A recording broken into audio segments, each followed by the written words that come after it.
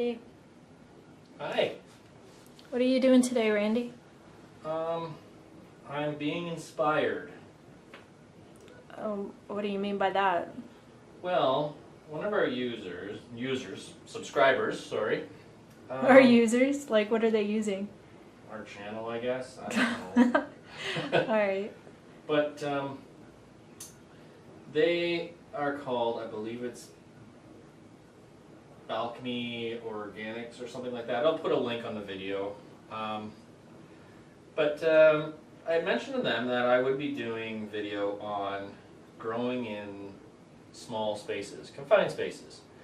And it's mid-August and the summer should be winding down very shortly here.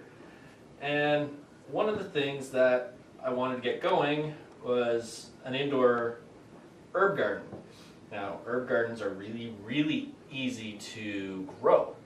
So I thought it'd be nice to have fresh herbs and spices and whatnot during the winter months. So what do you think of that? Okay, I guess that's a good plan. What are you planting in? Oh, some time ago we had a ferret and has actually passed on.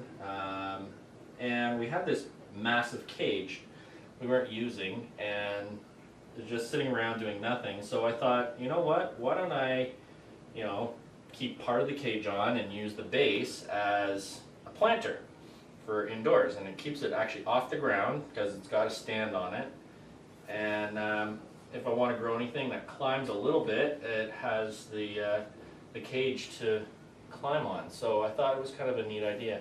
So what I've done is just converted the cage into a planter, just reusing things that we already had, and took some of the compost that we had, mix it with peat moss and vermiculite, and I've just finished mixing it.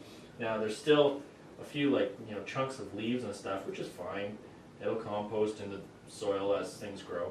But I'm going to use this to grow a indoor herb garden for the winter. Okay, I'm gonna show how it's up off the floor. Okay. Oh, what's the primer for? For the walls. Not even the walls for this room. That's kind of funny. Alright, and it's next to a big patio door, so it gets sunlight. In the winter, it doesn't get the best sunlight, eh?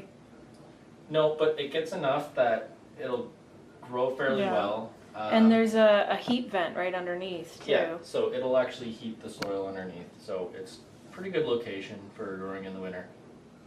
I think so anyway. It could be in a better spot, but we don't have many places that are big enough. Okay, what room is this? Our dining room. Our dining room. Yeah, we're always growing things in our dining room, eh? Yeah, we don't use our dining room a whole lot, other than to grow things in. Yeah. It's just the two of us. Yeah. Alright, anything else you want to add? No, just wanted to share this with everybody. Alright, I guess we'll do an update when things start sprouting. Yeah, I'm going to be doing a few different herbs in here. The one thing for sure is chives. Really? Chives in the house? Yep. Well, chives might do better in a pot on their own. I'm going to put them in here. And then if they go crazy, I'll put them in a pot after. Alright. Because they clump together, it's easy to change that. I think basil is the big Sweet one. Basil is one. Sweet basil and oregano we use a lot of. Rosemary and oregano. So, well, maybe I have rosemary growing outside. outside. We just bring those pots in the winter. Yeah. Anyway, yeah. rather than argue, Okay, well, we'll do an update once there's something planted in it. I definitely will be putting chives in here, though. Alright, we'll see. Okay. Alright. Bye, guys. Bye, guys. Hey guys, it's Randy. It is, I would say 2 weeks since I filmed the first little bit on this herb garden indoors. And I want to give you an update.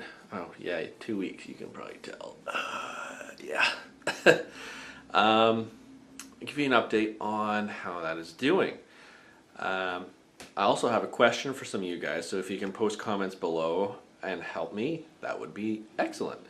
So without further ado, here we go.